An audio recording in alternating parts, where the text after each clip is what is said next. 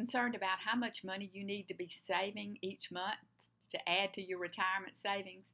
I'm going to show you how to very easily create an Excel worksheet. I'm using Excel 2010, and in this Excel worksheet you can analyze how much you need to be saving each month. We'll calculate in a company match, and we can see what will be the effect on accumulating money over a 25-year period or 50-year period. Or if you're like me in those catch-up years, maybe even a 5 or 10-year period using the same worksheet. So let's get started. So of course we'll begin by opening up Excel, and again I'm using version 2010. Once you get Excel open, so it won't be so boring, let's format it a little bit and apply a theme. You see the page layout tab across the top. Here are your themes, and I kind of like the Technic theme. So let's scroll down until we find the Technic theme. Here it is, and choose your Technic theme. Now let's widen our columns just a bit, A and D. Now watch how I select A and hold down my control key and select D so I can change these columns at the same time. And I'm going to change columns A and D to 15. So I'm going to get right there between the columns until my mouse pointer changes to a cross arrow and drag it over until it says 15 or close. Okay, that's good. All right, B, we're going to change column B to about 17. Again, it doesn't have to be right on it, so that's 1725. Let's go with that. And C and F, again, choose C, hold down your control key and select F, and let's change the width to 13. Just widen our columns a little bit, and once we add our information, if we need to widen them some more, we can do so. All right, now let's enter retirement savings in cell B2. Look at that, retirement savings. This is going to be our worksheet title, and we're going to merge and center this across B2, across columns B and F. So select columns B through F, and then we're going to choose merge and center, and this would be on your home tab. You see in the alignment group, merge and center. So this way, retirement savings will be centered over, not centered in the cell, but centered over columns B through F. Now we're going to apply the title cell style to B2. So let's apply cell styles. Here's cell styles. Let's apply the title cell style. That just enlarges that and formats that and puts a border around it. And let's change our font size to 36. In the font group, our font size, we're going to click the drop down arrow and change to 36. Okay, just a few more formatting steps and then we're going to get to the good part, get to the formulas. Let's change this background color to a light green. This is your fill color, see, in the font group. And this fill color will be your background color. Click the drop down arrow and change it to green, light green. Now, if you don't see this color, light green, these are theme colors. So the colors that you see in this palette are based on the theme that you have chosen. So if you didn't choose Technic theme, you may see different colors here. But I'm going to choose the light green, okay, for my background color. And now let's add a border. Okay, here are our borders. Click the drop down arrow. I'm going to go all the way down to more borders at the bottom. And this looks like a good width right here. It's about a medium-sized border. And I want it to outline. Let's choose the center one, outline, and click OK. Okay, so now I'm going to click off to look at it. That looks good. So that gives us a nice format so our worksheet will not be so boring. Okay, Now we need some row headings. We're going to put some row headings in column B and enter your data in column C. Some more row headings in column D. Some data in column E. So let's begin in cell B4 and put name and down arrow. In B5, put annual salary.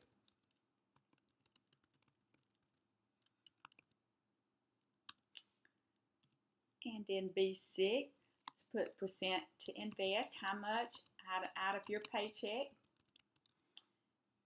do you plan to invest each month?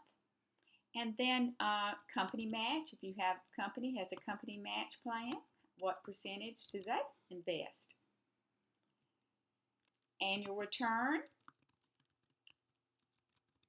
What do you expect? What annual return do you expect in years? How many years will you invest? And you're going to see that we'll be able to manipulate all this data and change the number of years and see how that will affect your income, the money that you accumulate, change the annual return, change how much the percentage that you invest or how much your company will match. We can play with this data and see how that will affect the accumulation over time. All right, let's enter some row headings in column D. We want to leave column C blank right now. We're going to enter some data there in a minute, but we need some row headings in column D. In D4, put monthly contributions. In D5, we want to put the employee. That would be you. And then in D6, the employer, your company. Then the total. We then want future value. Okay, good. Now we're ready to enter some data. Let's over in column C, C4, put your name. I'm just going to put John Smith, not John Smith, but let's just put your name there and your annual salary. I'm just going to say that John Smith is going to make $55,000 annually. And he wants to invest 15% of his check each month. Okay? And the company that he works for will match 3%. And he wants to invest where he expects to receive an annual return of at least 12% for over a period of 35 years. John Smith is a young person, so he's going to plan to work 35 years and invest 35 more years. Okay, good. Okay, we're ready now to calculate the monthly contribution of the employee. That's you, okay? And I'm going to calculate John Smith monthly contribution. And to do that, I would take his annual salary times the percent that he's going to invest and divide it by 12 months in a year, okay? So let's put in that formula. We always begin our formula with an equal sign and equal, and I'm going to use the point and click method. Equal the annual salary. See how when I just click on it, it puts C5 there. Equal the annual salary times. We use our little times symbol, Shift 8. Percent invested, so I'm going to click on the percent invested, the 15%, and divided by 12 because of the 12 months in the year, and complete that entry, and we'll see that his monthly contribution would be about $687.50. Now we're going to calculate the company match, what the employer will contribute to your savings. So to do this, we're going to use what's called an if function, and we're going to say if you or John Smith, if he invested less than the company match, then we will just say his annual salary times that 1 or 2%, right? But if he invests or you invest more than this, the company will match this 3%. Then we'll take the company match 3%, because he's only going to match up to 3%, right? Times the annual salary divided by 12. You understand? So let's put in that formula again. We always start with an equal sign, and our formula is equal if. Okay? And put in your opening parentheses. And again, we're going to use the point and click. If C6, the percent of the investment, is less than, use your little less than symbol, C7, the company match. If that is true, okay, put a comma there. Put a comma. We're going to put the true statement. If that is true, we're going to say C6 times, shift 8, C5, the annual salary, divided by your /12, 12 months in a year. Now you need another comma, and this is our false statement. If C6 is less than C7, then we want to say, then complete that entry by clicking your check. So you see now that the employer will match up to 3%, and that will be $137.50 a month on John's salary of $55,000 a year. Okay, let's calculate the total monthly contributions. That's easy to do. We just add your contribution and the employer's contribution to get the total.